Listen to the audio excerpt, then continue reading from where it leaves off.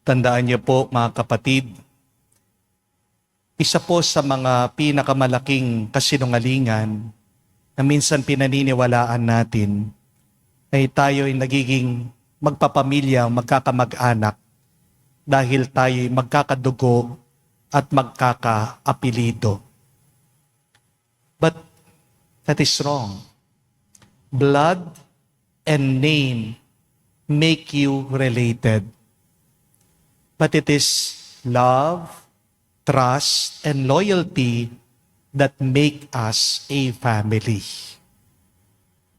Kahit na kayo'y nakatira sa isang bahay, kung wala naman kayong tiwala sa bawat isa, kung sinasaktan niyo ang bawat isa, kung napakarahas niyo sa bawat isa, hindi talaga kayo magpapamilya.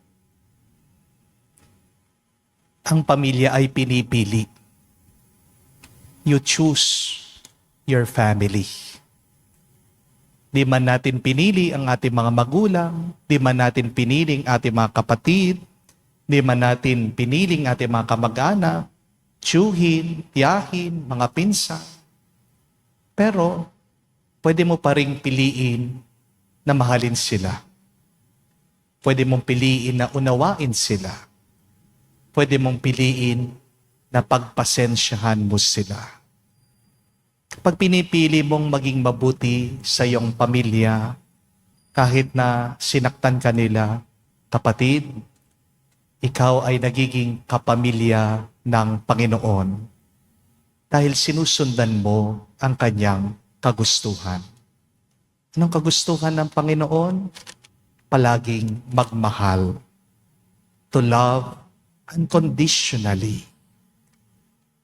Kapag pinipili mo, diyan nararanasan mo ang langit. Kapag hindi mo pinipili at napipilitan ka lang, yan ay karanasan ng impyerno. Di po ba? Mas masaya ka kapag malaya na pinipili mo ang mga tao, ang mga karanasan, mga bagay-bagay sa buhay mo. So choose to love your family.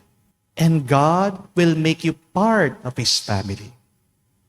At kapag ikaw ay kasama na sa pamilya ng Diyos, mas pagpapalain ka niya.